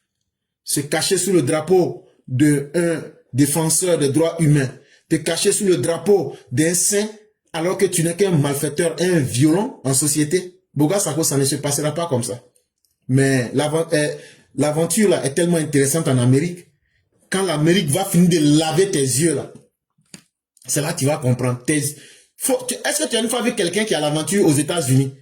Et puis, tu as vu les autres aventuriers là. Les gens de France là, eux brillent. Mais nous là, hey, femme son garçon là. Aventure d'États-Unis intéressante. De toute façon, ils vont te laver ton visage là. Ton visage va devenir crasseux. Tu vas pas te rendre compte. Quand tu vas commencer à travailler au McDonald's là, et puis les enfants vont t'appeler fucking African, c'est là que tu vas commencer à comprendre. C'est là que tu vas commencer à comprendre. Donc là, tu n'as rien vu encore. Ça t'a loupé. Ça t'a ratatata. Mais ce n'est que le début. Sujet numéro 3. Quand la Côte d'Ivoire entre dans le sanctuaire des puissances militaires mondiales. Chaque jour ici, on vous parle de la Côte d'Ivoire, on prend quelques détails, on vous donne, mais les gens pensent que c'est un amusement. Mais le monde dans lequel nous sommes là, si tu n'es pas parmi les plus forts, tu seras écrasé. C'est comme il y a une sourate du Coran où on parle de la sourate An-Naml. Ça veut dire la sourate des fourmis. Beaucoup disent non, qu'il y avait des gens qui étaient en papier, il y a les fourmis qui disent ne venez pas, mais c'était pas des souris. C'était le nom d'une tribu qui, consciente de sa propre faiblesse, a dit, nous ne voulons pas être victimes des plus forts et donc nous vous demandons votre clémence. Ne venez pas nous écraser. Et la similitude a été prise pour les appeler les fourmis. C'est la métaphore. Comme par exemple, quand le Coran dit Fir'aun, quand le roi, c'est quel roi? Le pharaon, c'était le titre qu'on donnait. Et donc là, le Coran prend simplement le langage des gens de l'époque. Quand par exemple, le Coran dit Zulkarnain, l'homme qui a 2 cornes. En réalité, il n'y a jamais eu un être humain avec des cornes. Mais on est en train de vous parler d'un dirigeant qui a dirigé sur 2 continents, l'Asie et l'Europe. La domination de ce dirigeant, à son époque, était sur 2 différents continents. Et donc, on a dit, tu as 2 symboles de pouvoir, et donc, on l'appelait l'homme aux 2 cornes. L'homme qui dirige sur 2 continents simultanément. Et donc, c'est ce que le Coran a dit, Zulkarnain, mais ça ne veut pas dire que lui-même avait 2 cornes en réalité. Cela étant clair, ce mardi 13 janvier 2026, à l'hôtel des armées d'Abidjan, s'est produit un séisme géopolitique dont les répliques résonneront pendant des décennies. La Côte d'Ivoire a officiellement rejoint le State Partnership Programme du Pentagone, en partenariat avec la Garde nationale de Pennsylvanie, franchissant ainsi les portes d'un sanctuaire militaire que peu de nations africaines peuvent espérer atteindre. Hier, là, tout le monde a vu Papa TBO et puis des représentants de haut niveau de l'armée américaine avec l'ambassadrice américaine en Côte d'Ivoire, Jessica Ba. Ils ont signé un partenariat militaire de très haut niveau. À travers ce partenariat, la Côte d'Ivoire dit, nous sommes le point de référence des États-Unis en Afrique de l'Ouest. Ce que les gens pensaient, et puis ce qui faisait peur aux gens là, on a décidé aujourd'hui d'être le représentant des intérêts américains à partir de l'Afrique de l'Ouest et on ne le cache à personne. Ça a été comme un tremblement de terre politique. Ce que nous vous disons là, vous les Ivoiriens, vous ne pouvez pas comprendre l'importance. Mais c'est les États de l'AES et les États voyous là. Ils se disent finalement, la Côte d'Ivoire vient de franchir les portes d'un sanctuaire militaire que très peu de pays dans ce monde peuvent avoir accès à. Ça veut dire quoi? Ce que vous avez vu hier comme une simple cérémonie là, la Côte d'Ivoire rentre dans un partenariat officiel avec le Pentagone. Ce programme créé en 1993, après l'effondrement soviétique, a métamorphosé les armées polonaises, roumaines, géorgiennes, mongoles, colombiennes et philippines en forces modernes, interopérables avec l'OTAN, capables de se déployer sur tous les théâtres d'opérations mondiaux. Ce que vous avez vu hier, là, si on n'explique pas un peu, les gens ne peuvent pas comprendre. Ce que vous avez vu hier, là, quand le monde s'est effondré, après la guerre froide, là, les États-Unis, à partir de 1993, ont mis ce programme en place. Et ce programme-là, c'est une formation qui vient directement du Pentagone. Ils ont essayé ça sur des pays comme la Pologne, comme la Roumanie, la Géorgie, la Mongolie, la Colombie, Philippines. Ils ont transformé ces armées-là à l'image des armées américaines, de sorte que ils peuvent rester aux États-Unis avec la formation, l'expertise. C'est comme si c'est l'armée américaine même qui est sur le terrain. Et puis ils disent, bon, vous là, allez comme ça, allez faire ça, allez faire ça. Ça veut dire l'armée de la Côte d'Ivoire devient une force de l'OTAN, avec les capacités de l'OTAN, avec les capacités du Pentagone. C'est sur ce standard-là qu'on va former maintenant les militaires ivoiriens. Et qu'est-ce que cela va provoquer? Ça va permettre à nos soldats d'être capables d'agir sur tous les terrains d'opération dans le monde comme de la manière de l'armée américaine. Ne me parlez pas du Venezuela, mais c'est ça. Ça veut dire une capacité sans limite d'agir partout dans le monde. C'est ce que ce programme-là donne. Washington ne choisit pas ses partenaires au hasard. Le SPP ou SPP est un adoubement stratégique réservé aux nations démocratiques dotées d'armées professionnelles et fiables. En sélectionnant Abidjan, l'Amérique reconnaît le chemin spectaculaire parcouru depuis les heures sombres de 2010 à 2011. Mais pourquoi c'est la Côte d'Ivoire que les Américains ont choisi? Ce n'est pas par hasard que les Américains ont choisi la Côte d'Ivoire. Si les Américains ont choisi la Côte d'Ivoire, c'est parce que cette armée, aujourd'hui, s'est relevée à les armes les plus efficaces et à une stratégie qui est basée sur ce que font toutes les nations démocratiques. D'abord, c'est parce qu'il y a la démocratie en Côte d'Ivoire que les Américains sont venus, ça fait un, et qu'ils ont choisi la Côte d'Ivoire. La deuxième raison, c'est parce que les armes et aujourd'hui la qualité de l'armée ivoirienne démontre bien que notre armée n'est plus une armée d'opérette, n'est plus une armée de zézo, n'est plus une armée de bidas, mais c'est devenu une armée qui peut répondre aujourd'hui à plusieurs objectifs stratégiques dans le golfe de Guinée ou même dans le monde. Et donc, c'est tous ces aspects-là qui ont fait que les Américains ont choisi la Côte d'Ivoire parmi tous les pays africains. Cette consécration porte un nom. Le ministre de la Défense, Téné-Braima Ouattara. Mais si on a pu arriver à tout ça aujourd'hui, il faut reconnaître que c'est grâce à un homme. Cet homme-là, il s'appelle Alassane Ouattara. Et cet homme qui sait choisir les bons éléments, il a choisi un élément qui ne nous a pas omis. Il a choisi un élément qui a fait son travail. Il a choisi un élément qui a su négocier. Et c'est pourquoi, chers Ivoiriens, nous vous disons, la qualité des dirigeants que vous vous donnez là, arrangez-vous à ce que ce soit des personnes qui peuvent discuter des vrais problèmes de la Côte d'Ivoire à un haut niveau. Si vous choisissez des gens sans valeur qui disent oui monsieur, oui monsieur, oui monsieur, on ne va pas vous respecter. Mais imaginez le ministre Téné-Braima Ouattara en train de discuter, en train de montrer aujourd'hui la vision de notre armée. C'est parce que il a une bonne idée et il a de la cohérence dans les idées. Et il a montré son leadership visionnaire pour l'armée de la Côte d'Ivoire. Et en fonction de ce qu'il a fait comme travail et que le résultat aussi on voit, les Américains vont jamais te faire confiance s'ils ne peuvent pas voir ton résultat. Et ça là, il faut dire merci au ministre de la Défense Téné-Braima Ouattara. Comment il a pu reconstruire cette armée pour arriver au niveau actuel, pour faire d'elle une armée respectueuse du pouvoir civil, une armée qui est équipée avec du matériel de dernière génération.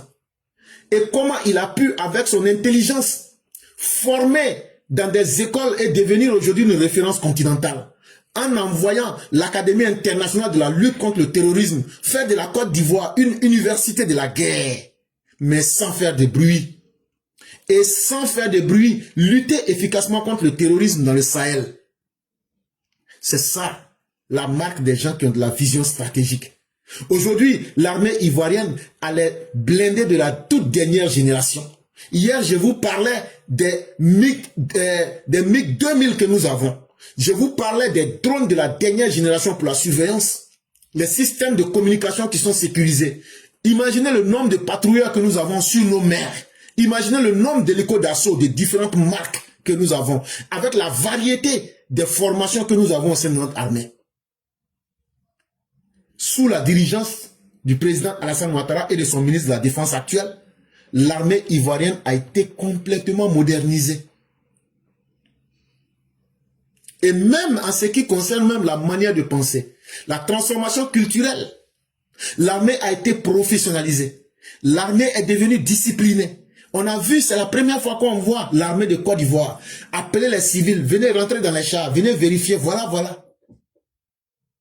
Intégrer les femmes dans l'armée en respectant le droit humanitaire.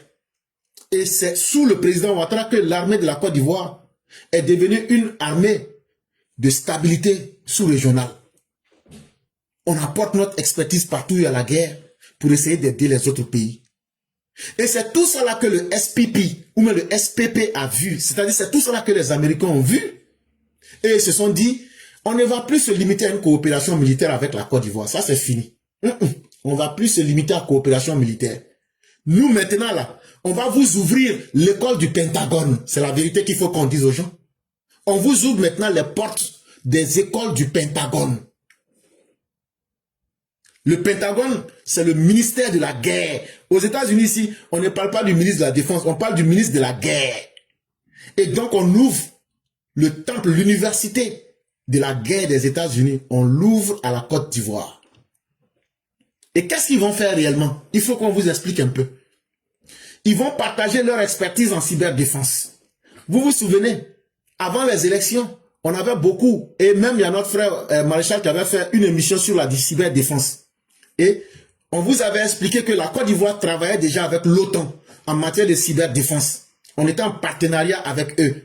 Bon, les Américains même viennent dire maintenant que directement eux-mêmes là, ils deviennent des partenaires directs avec la Côte d'Ivoire. Ce n'est plus de la coopération, hein.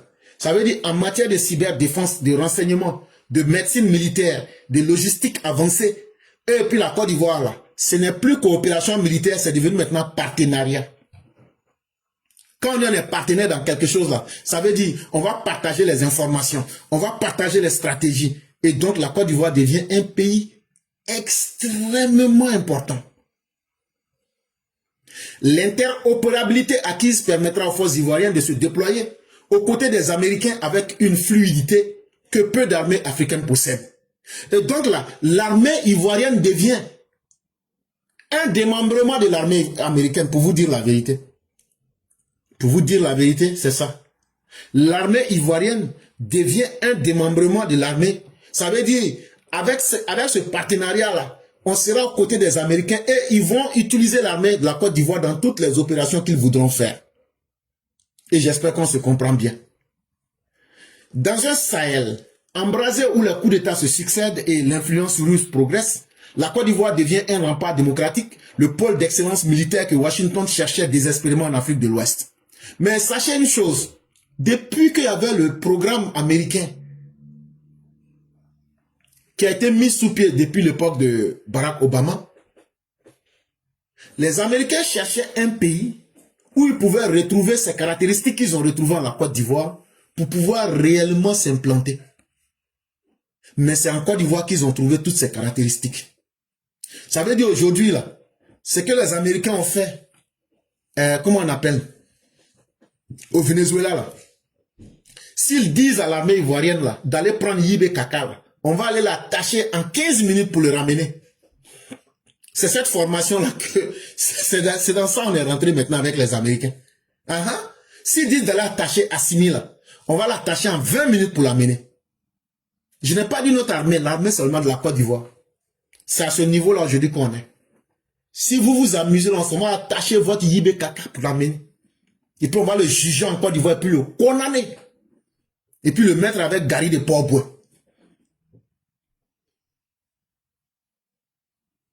Pour le milieu des affaires ivoiriennes, c'est une bénédiction dorée. La sécurité est le prérequis absolu de l'investissement. Mais tout ce qui se passe là, il y a quel avantage dedans? C'est ça aussi. On parle. On a beaucoup parlé. Il y a quel bénéfice dedans? Le premier bénéfice qui est dedans là, partout où il y a la sécurité, c'est les investisseurs qui sont les premiers à profiter. Et les populations, partout où on parle d'une bonne armée, c'est la sécurité des personnes et la sécurité de leurs biens qui est garantie. C'est une police d'assurance géante, rassure Wall Street, attire les multinationales, cherchant un hub de stabilité dans une région de près de 400 millions d'habitants. L'Afrique de l'Ouest, il y a 400 millions d'habitants. Il faut qu'il y ait un pays qui incarne la stabilité à tout prix. Et donc, si ce pays existe et que ce pays est la Côte d'Ivoire, vous avez automatiquement accès à un marché de 400 millions de personnes. Il y a quelle multinationale qui n'aimerait pas investir dans un environnement où il y a 400 millions de personnes? Il y a quelle société qui aimerait voir 400 millions de personnes et ne pas vouloir profiter? C'est ce que la Côte d'Ivoire représente aujourd'hui. Et donc, chers parents, habituez-vous. Les exercices conjoints généreront des flux économiques directs. Les entreprises ivoiriennes accéderont au marché de la défense, deviendront des sous-traitantes des groupes américains. Donc, ça ne sera pas seulement que ça. Ça veut dire aujourd'hui, toute l'expertise américaine là, ceux qui en ont besoin là, ils n'ont plus besoin d'aller aux États-Unis. À partir de la Côte d'Ivoire, ils vont pouvoir traiter tout ce qu'ils veulent avec l'armée américaine. Ça veut dire quoi? Ça veut dire que aujourd'hui, il y a des entreprises ivoiriennes qui vont devenir des sous-traitants du marché de la défense américaine. Ils vont devenir des sous-traitants des groupes américains directement à partir d'Abidjan.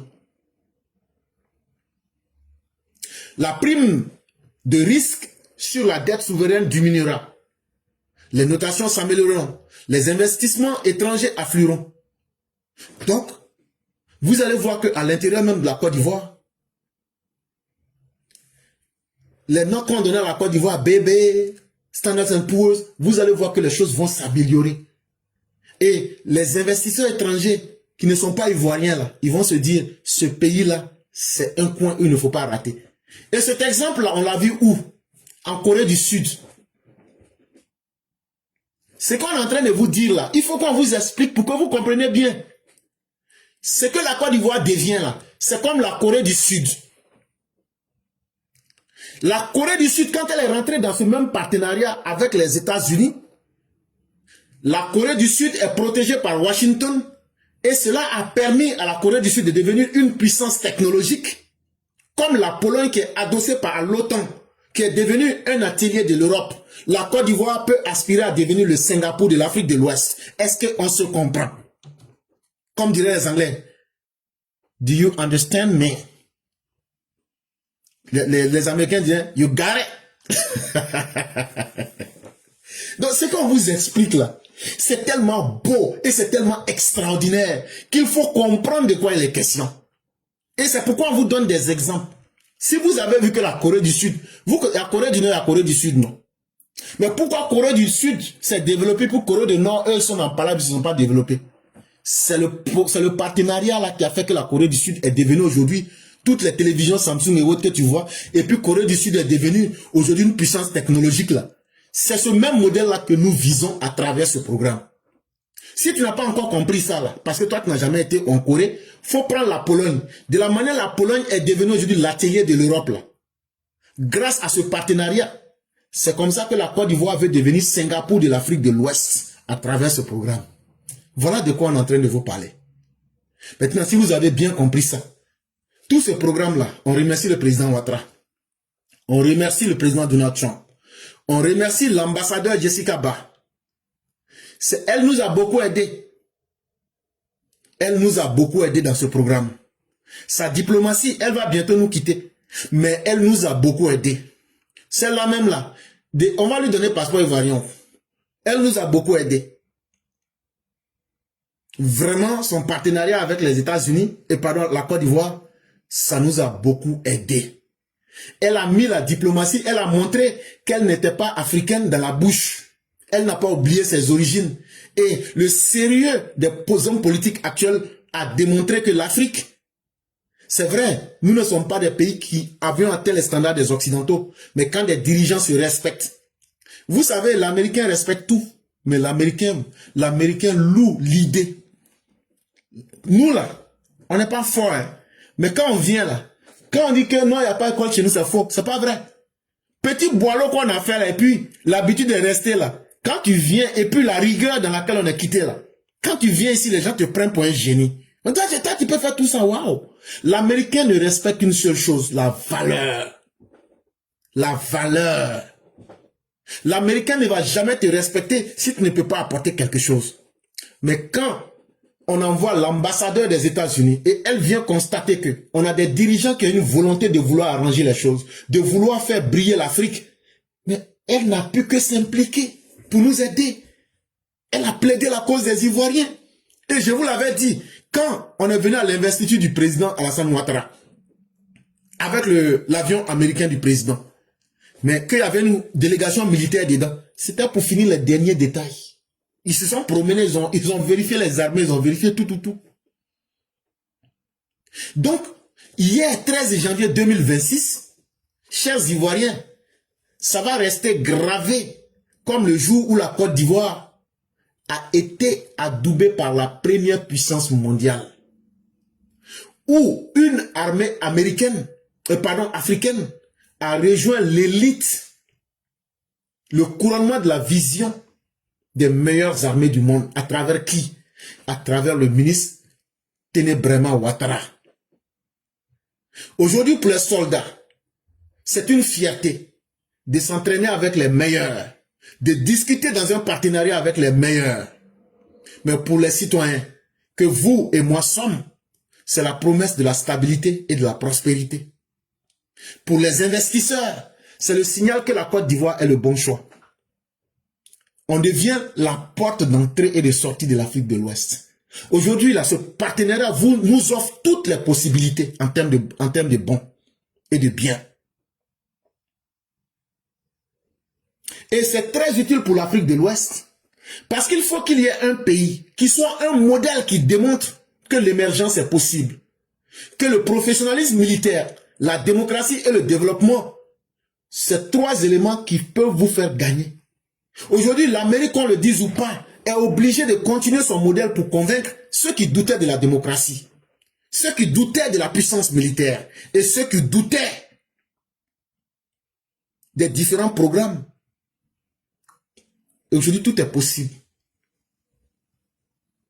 Qu'on le veuille ou pas, un nouveau nom s'inscrit au tableau d'honneur des nations qui comptent. La Côte d'Ivoire est un petit pays par sa superficie, 322 462 km², mais la Côte d'Ivoire est un grand pays à cause de ses partenariats stratégiques avec les plus grandes nations comme l'Amérique, à cause de l'idée des dirigeants et de l'excellence qu'ils font de cette terre-là pour qu'elle devienne une nation qui incarne l'avenir, non seulement de la Côte d'Ivoire, mais aussi même de l'Afrique de l'Ouest. Ceux qui veulent brûler chez eux, ils peuvent le faire. Ceux qui veulent le désordre, ils peuvent continuer. Ceux qui ne croient pas à la démocratie, ils peuvent ne pas croire.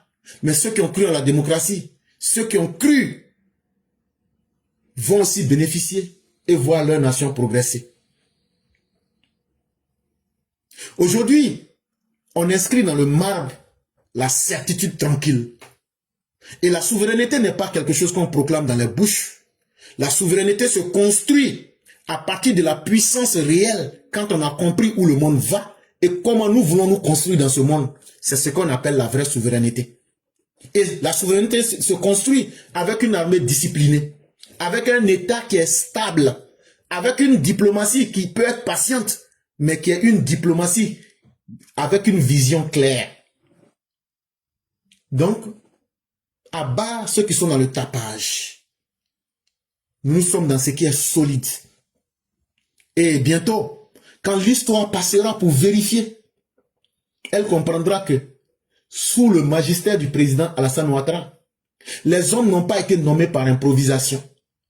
Et ce qu'ils ont posé comme acte, il n'y a aucun acte qui a été posé par hasard. Et l'histoire retiendra que les nations africaines qui ont été prêtes au rendez-vous pour représenter dignement l'Afrique, la Côte d'Ivoire en fait partie. Parce que ces dirigeants ont réfléchi et ils ont fait les bons choix pour ne pas être surpris par le monde de demain. Je vous ai bien dit, qu'est-ce que nous faisons pour être dans le monde de demain? En tout cas, c'est sur cette voie que la Côte d'Ivoire est. En plus d'être le leader de l'économie de la zone UEMOA, en plus d'être la deuxième force économique de la CEDEAO, nous sommes la deuxième puissance militaire de la CEDEAO. Nous sommes la première puissance économique de l'UEMOA. Ce n'est pas rien. C'est des grands signes qui doivent aussi faire comprendre que nous sommes sur la bonne voie. Et c'est pourquoi toutes les nations sérieuses qui aiment voir le développement humain et qui aiment voir l'homme s'épanouir ne se prêtent pas au jeu de ces nations qui se déstabilisent elles-mêmes avec des terroristes de l'AES. Mais ces nations comme l'Amérique viennent vers des nations qui ont de l'avenir comme la Côte d'Ivoire pour relancer la dynamique du redressement géostratégique afin qu'on puisse évincer, on puisse casser la colonne vertébrale de l'axe du mal qui est la Russie et ses sphères d'influence. Et la Côte d'Ivoire aujourd'hui ne le cache pas.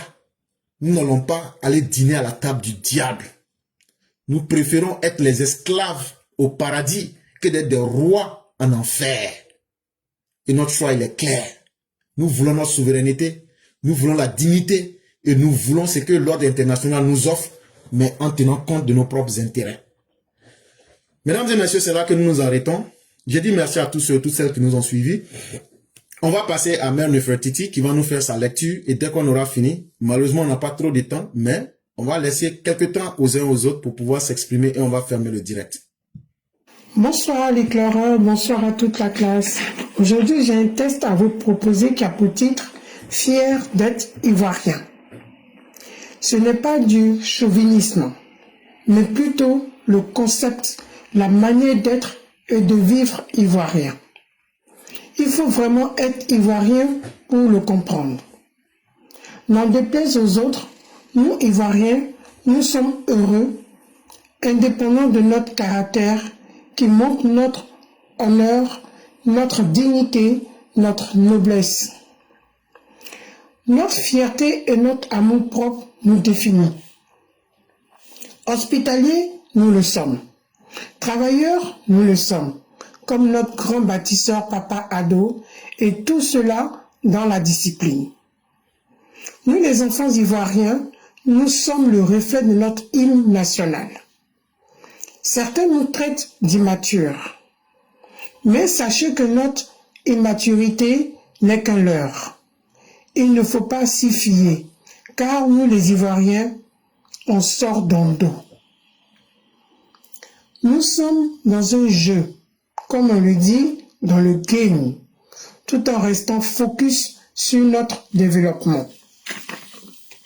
Tous les enfants de la mère patrie sont tous rassemblés pour relever le défi de la dignité de notre grande nation. D'une seule voix, nous sommes en symbiose avec notre kit bâtisseur Papa Ado pour une grande nation. Cela attire forcément des jaloux et des critiques sur nous. Malheureusement, des brebis galeuses existent, comme les opposants, une minorité qui compose avec le diable les aigris frontaliers de la Côte d'Ivoire. Ils sont pauvres d'esprit. Qu'ils sachent qu'ils sont vaincus au nom de l'unité nationale et de la paix. Bravo au peuple ivoirien de notre fair play qui a bluffé tout le monde. Bravo à notre équipe nationale, les éléphants. Les Ivoiriens sont en pleine expansion vers l'émergence. Merci à tous et merci au Prador. On vous dit, dans l'histoire de la Côte d'Ivoire, il y a Dieu dedans. La Côte d'Ivoire est une référence et notre état d'esprit est un cas d'école. Alors, copiez sur nous. Merci. Texte écrit par Mère Nefertiti. Vive les EPV. Vive le Prador dans la santé et la longévité. Vive la Côte d'Ivoire vers son développement. Aimons-nous vivants. Mère Nefertiti, à bientôt. Merci infiniment à Mère Nefertiti. Merci encore pour ce beau texte qui démontre qui l'Ivoirien est véritablement. Et comme disait Nietzsche dans Ainsi parlait Zarathustra, en fait, nous avons atteint l'esprit enfant. Nietzsche nous parlait des 3 développements de l'esprit. Il dit au début, l'esprit est chameau parce qu'il absorbe tout, il prend tous les bagages, il doit apprendre la culture, il doit apprendre comme un enfant qui doit tout apprendre. Et après, il devient l'esprit lion, c'est-à-dire il apprend à faire la distinction, il apprend à se déterminer, à se choisir un mode de vie. Et fort de cette compréhension et du bagage qu'il avait déjà préalablement transporté, finalement, il arrive à la zone de stabilité qu'on appelait, selon lui-même Nietzsche, l'esprit enfant. Ça veut dire où on n'est plus pénétré par quoi que ce soit. Les gens vont penser que c'est une faiblesse. Les gens vont penser que c'est de la naïveté. Mais loin de là, c'est un concept de vie. Il faut être ivoirien pour le comprendre. En fait, vous ne pouvez pas comprendre, comme par exemple, vous ne pourrez jamais comprendre ce que c'est qu'être américain pour un Américain. C'est des choses que si vous ne l'êtes pas, vous ne pourrez jamais comprendre. C'est un concept de vie. Pour nous, l'échec n'est pas une fin en soi, mais c'est toujours une opportunité de grandir. La générosité, l'hospitalité, c'est un mode de vie parce que c'est le langage que nous avons lié dans le cosmique pour faire notre grandeur. Chaque fois que la Côte d'Ivoire accueille, chaque fois que la Côte d'Ivoire ouvre ses portes, quand bien même qu'elle reçoit le mal, mais Dieu ne fait que la faire grandir. Et c'est ça l'Ivoirien. Et peine perdue pour ceux qui pensent que, fort du mal qu'ils pourront nous faire, ils vont arriver à leurs objectifs? Jamais. Comme on le dit, c'est pourquoi c'est nous les Ivoiriens. On dit Dieu n'est pas Gao. Parce que tu fais tout ça là, mais après nous on sort dans ton dos. Et donc c'est un peuple qui est merveilleux. C'est un peuple qui est extraordinaire. Mais pour comprendre cela, il faut d'abord être Ivoirien. Et malheureusement, ceux qui ne le sont pas ne comprendront jamais. Vous aurez l'impression que nous mettons tout en amusement. Et certains même diront, mais ils sont des immatures. Mais pour nous, le plus important, c'est de vivre la vie elle-même et de toujours être du bon côté. C'est ça aussi être Ivoirien. Et c'est ce que notre mère nous rappelle aujourd'hui pour dire à chacun d'entre nous de garder notre nature, de rester nous-mêmes et d'être fiers de ce que nous sommes. Parce que au rendez-vous des nations et des peuples, c'est avec ce que nous représentons véritablement que nous pourrons aussi séduire le monde. Et donc restons nous-mêmes. Ne soyons pas comme les peuples qui ont choisi d'être des esclaves d'un nouveau maître, d'un nouveau colon. Aujourd'hui, nous préférons rester nous-mêmes que de chercher à devenir des esclaves russes ou des esclaves de nos propres ignorances. C'est ça la Côte d'Ivoire et c'est ça notre différence. Et c'est ce plus-là que nous pouvons apporter. Et regardez, quand j'ai vu une vidéo où les gens disent vraiment, ça leur a fait mal que la Côte d'Ivoire n'ait pas pu avancer, pas pour prendre la coupe, mais l'ambiance que nous apportions, l'ambiance que nous apportions au Maroc. Ils disent, ce qui leur fait mal, c'est que cette ambiance-là, compte tenu du fait que les Ivoiriens ne seront plus là, cette ambiance-là va manquer. Mais c'est ça que nous pouvons donner au monde. Et c'est ça, nous, les Ivoiriens. Et personne ne peut changer, et personne ne peut... Peut-être que les autres peuvent copier, mais les modèles, et c'est nous qui faisons, c'est nous là, c'est nous on fait le son, comme diraient les Ivoiriens. Ça veut dire, c'est nous on crée les concepts. Regardez les gens de Bouki-Pleu. Actuellement, là, c'est que nous on faisait dans les années 2000, les années 90, là. C'est dans ça qu'ils sont aujourd'hui. Parce que sinon, on ne crée pas un concept, là. Il n'y a pas l'homme. Il n'y a pas quelqu'un qui peut faire comme nous. C'est ça, la Côte d'Ivoire. Parce qu'on accepte tout le monde. Et quand tout le monde vient chez toi, tu apprends de tout le monde. Et ça fait que tu as toujours l'esprit fertile. Et ce qui fait que, quand la Côte d'Ivoire va, même dans le funérail, on peut transformer ton funérail, là, pour faire ton parent qui devait aller en enfer, là. Non, on peut négocier. Sur place, il va rentrer au paradis. C'est l'Ivoirien qui peut faire ça.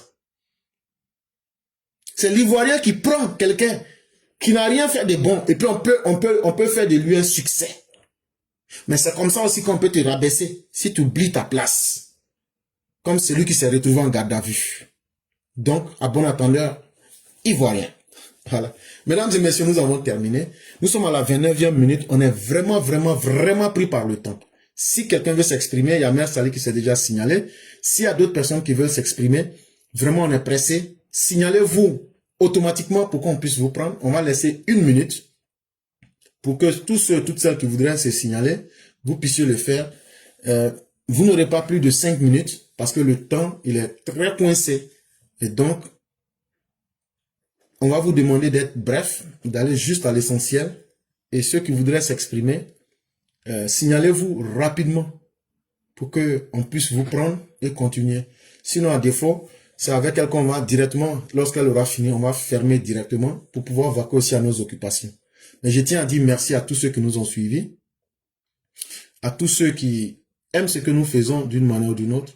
Continuons à croire à nous-mêmes, restons nous-mêmes, c'est ça le plus important.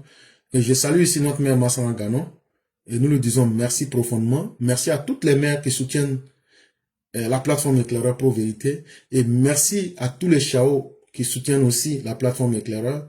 Merci à la puissante et redoutable classe Éclaireur Pro Vérité qui se trouve partout, qui est représentée dans toutes les capitales mondiales et qui fait de belles œuvres et qui aide et qui fait ce que nous avons toujours l'habitude de faire. Continuons d'être nous-mêmes. Et nous n'allons pas oublier le grand maître Marius Koudou, qui est un homme plus qu'exceptionnel, qui apporte beaucoup plus aux EPV que vous ne pourriez l'imaginer. Et donc aujourd'hui, nous n'aurions que la mère Sali Koné. C'est avec elle que nous allons finir le direct du jour. Nous disons merci à tous. Et donc on va permettre à la mère Sali Koné de s'exprimer. Et après donc on va faire la conclusion.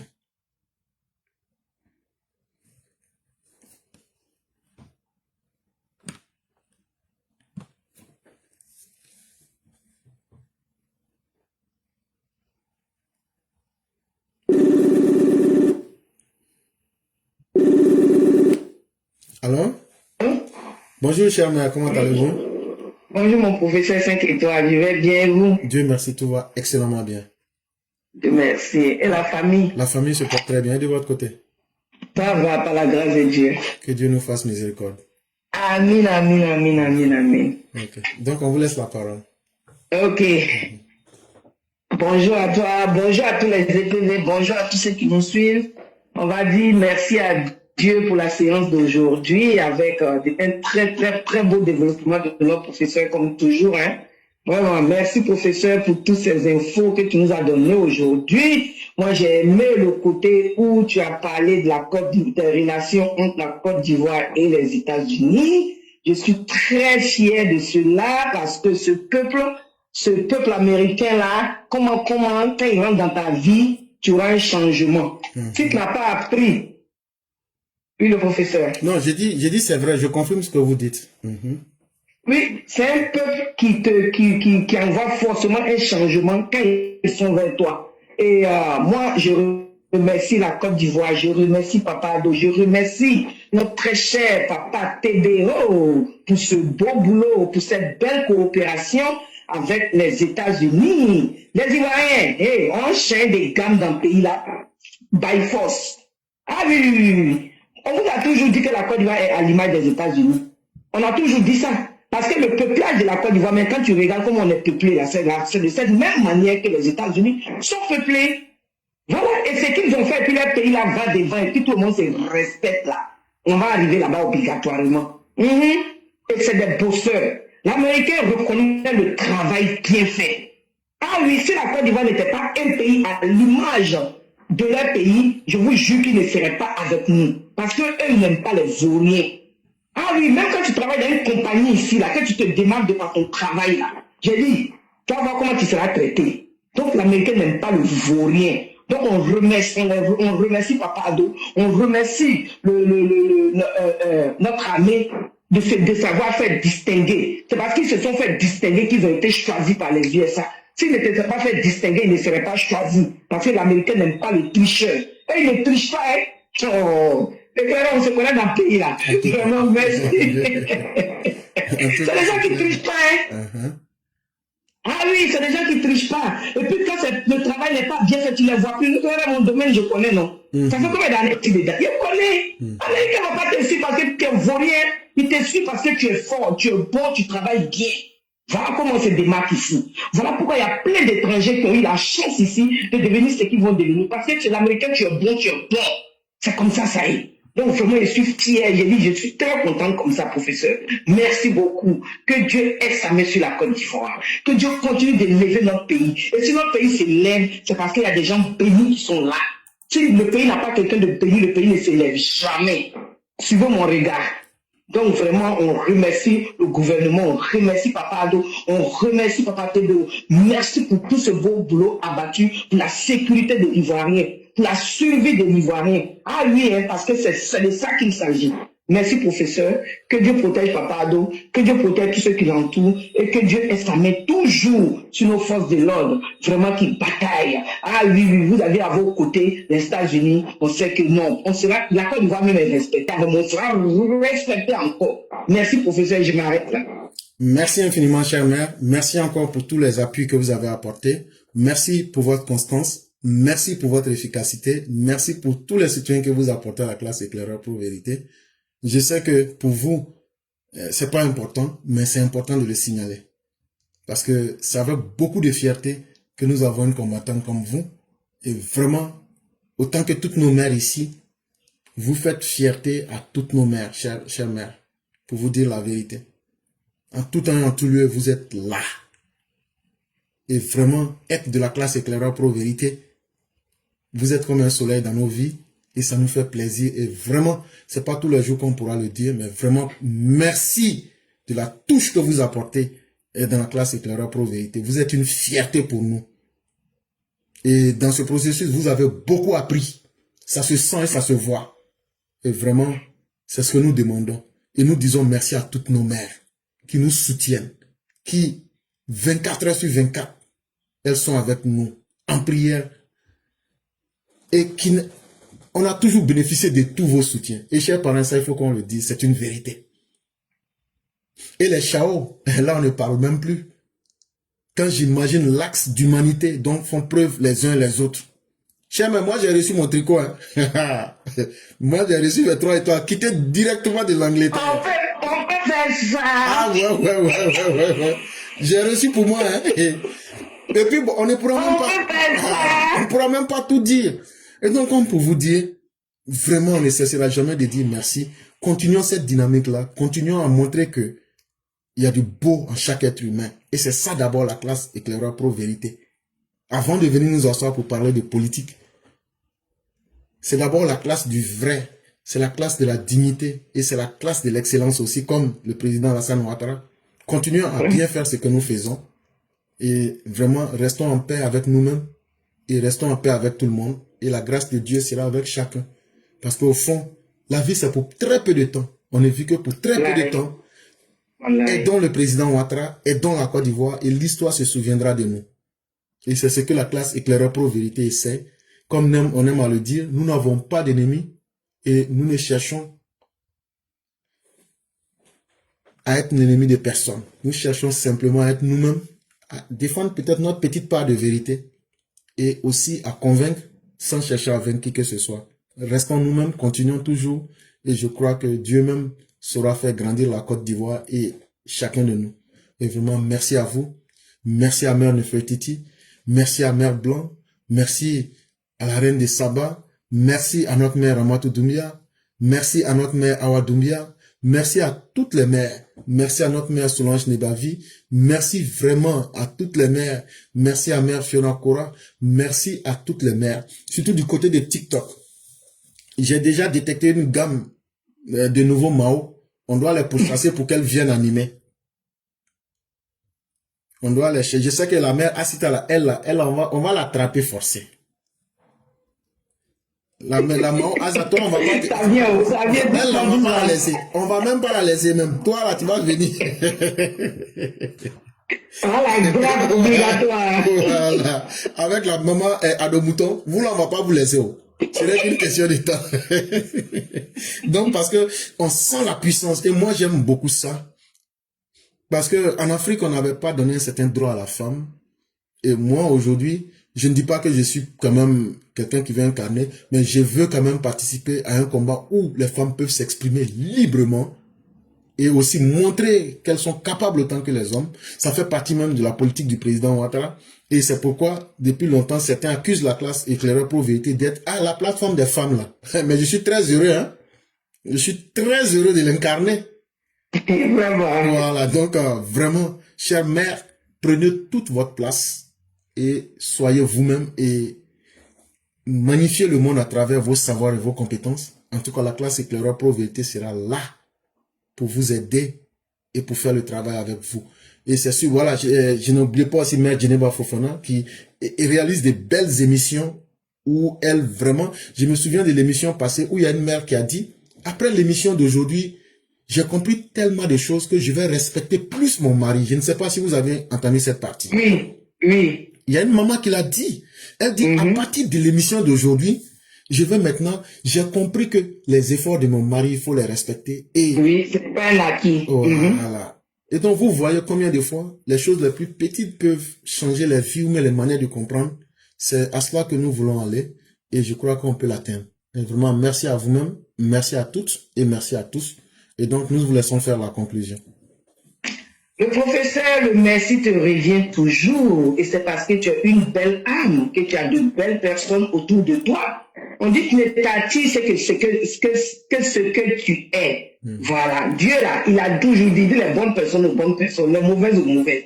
Dieu, il t'envoie ce que tu es, professeur. C'est pourquoi tu as vu que tous ceux qui sont autour de toi sont de belles âmes. Ces belles dames qui sont avec nous. Quand on les entend parler, notre très chère maman Massata Blanc, maman Fiona, maman Nefertiti, non. C'est tout cela que j'écoutais, je dis, hey, voilà où je dois partir, là, qui est là. Donc, vraiment, professeur, merci à toi. Merci pour ta vérité. Merci d'être toujours là aussi pour la vérité. Parce que toi, quand quelque chose ne va pas, tu nous dis les paix. Et c'est de ça qu'il s'agit. Quelqu'un qui veut te voir avancer, c'est lui qui te dit les vérités. Celui qui ne veut pas te voir avancer, il s'en fout de ce que tu es, professeur. Nous te disons merci toujours. C'est grâce à toi. Merci. Et merci à Papa Ado d'avoir réveillé Éclaireur pour vérité. Parce que oui, disons, c'est grâce à Papa Ado aussi que tu es sorti comme ça. Quand tu regardes ce bon monsieur qui lutte pour le bien-être des Ivoiriens et qui est vilipendé par certaines personnes, ça fait mal au cœur. C'est tout cela qui a poussé les gens de vérité à venir vers toi. Et nous sommes fiers de t'avoir, professeur, en tant que notre professeur. Merci, merci à toi toujours, que Dieu te bénisse, que Dieu bénisse ta famille. Et merci à notre belle-sœur qui est derrière, qui vraiment te permet de pouvoir venir vraiment nous éduquer ici. Et tout le temps qu'on te prend, on lui dit merci, que Dieu la bénisse aussi, et que Dieu la coupe de ses grâces, ainsi que toute ta famille, Papa Ado et toute la Côte d'Ivoire. Merci. Merci beaucoup, chère mère, et puisse Dieu répandre ses bénédictions sur chacun d'entre nous. Et merci à tous les EPV. Merci à tous ceux qui croient en ce combat. Merci à vous qui croyez en la Côte d'Ivoire. Mais surtout, merci à vous qui croyez au docteur président Ouattara. C'est un homme qui vaut la peine d'être suivi. Il ne nous a jamais apporté la honte. Et il ne nous apportera jamais la honte tant qu'on aura des gens de vérité qui vont suivre et qui vont être des volontaires à la cause du président Ouattara. Nous vaincrons et nous allons prévaloir. Merci à tous. Demain, ce sera la voix du militant. Que Dieu nous permette de vivre suffisamment longtemps pour nous retrouver demain. Merci à vous, chère mère, et que la grâce de Dieu nous accompagne. Amen, amen, amen. Excellent mercredi à tous. Merci beaucoup.